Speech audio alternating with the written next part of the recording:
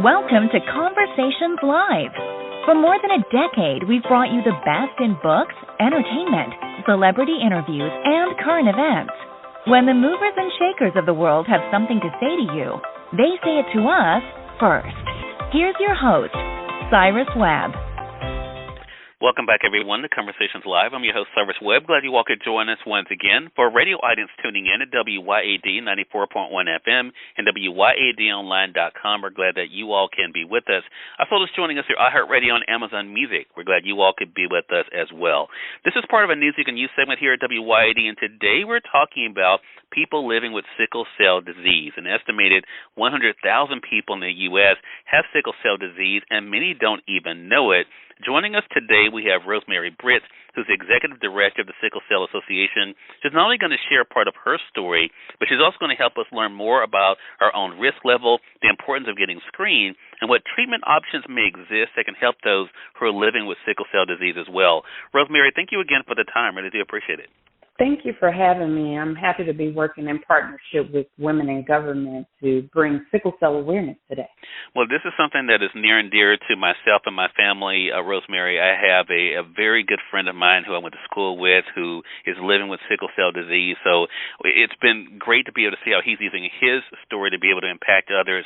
But you also have a story as well, Rosemary. Would you mind telling us a little bit about your own journey with sickle cell disease and why this cause is so important for you to share? Sure. So I gave birth to a daughter that lived with sickle cell disease. I did not know that I carried the gene, nor did I know to ask my partner at the time, and just was informed that my child had this disease that I knew nothing about.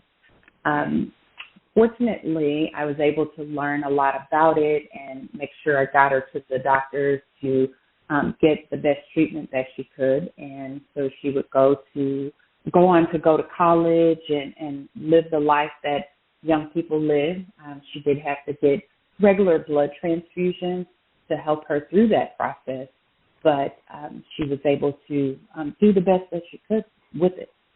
So, and I appreciate you sharing that, Rosemary. And I think this is the thing there, and this is what the information, and which I'm so glad we can share this with our audience, that every year 2,000 children are born with sickle cell disease. How is it inherited? Like you said, this was something that you were not aware of, but how is it inherited? So sickle cell is a gene that you inherit from your parents, just like you would your eye color or whether your earlobes are attached or not. And so when you have parents that have the gene, if both parents carry a copy of the gene and they each pass that off to their unborn child, that child could be born with sickle cell disease. So two parents carrying the gene have a 1 in 4 chance of giving birth to a child with sickle cell disease. And even though it is something, as I mentioned in my intro, that 100,000 people in the United States are living with, there are people with diverse backgrounds, though, Rosemary, that have this blood disorder. Why is it more common in certain groups?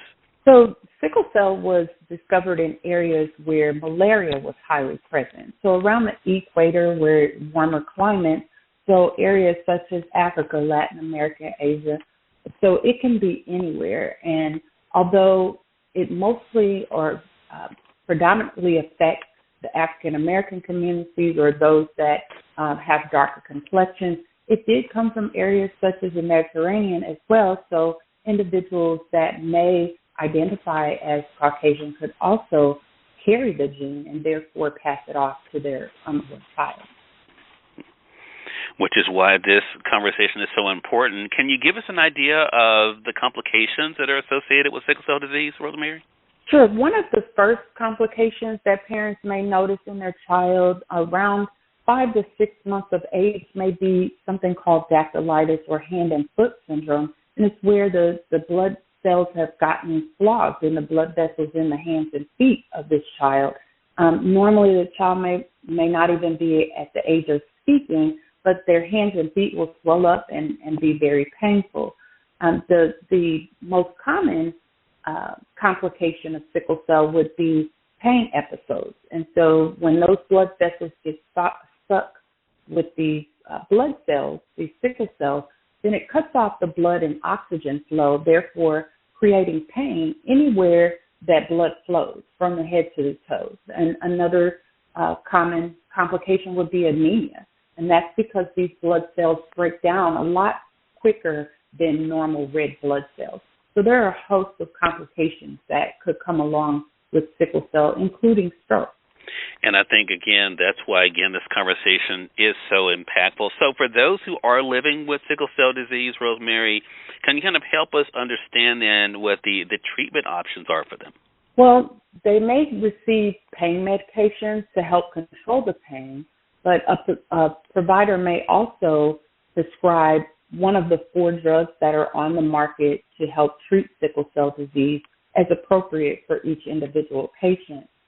Also, they could possibly get blood transfusions in order to infuse them with more whole blood so that they have less of the sickle. And again, just as you were able to educate yourself, that's what our audience is able to do too. What types of screenings exist then that will help people know if they may be someone who may actually have sickle cell disease or could be a carrier?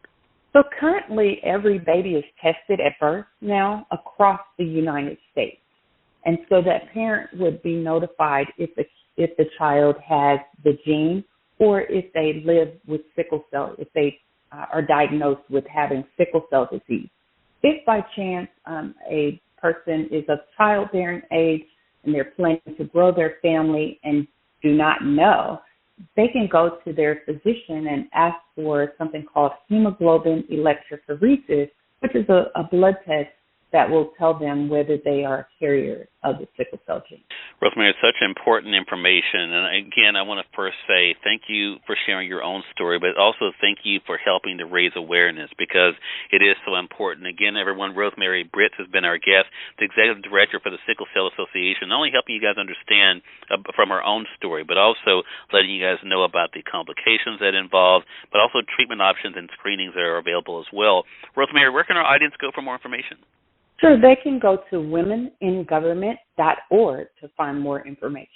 And we'll make sure that we link that up for our audience, both on our Facebook page as well as in our podcast notes. Again, Rosemary, thank you again for the time. Really appreciate it. I'm looking forward to speaking with you again. Thank you for having me. And glad to do it. And we thank your audience for tuning in to another great segment of Conversations Live. Until next time, I'm your host, Cyrus Webb, saying as always, enjoy your day, enjoy your life, enjoy your world. Thank you all for choosing Conversations Live. Let's go make today amazing. Take care.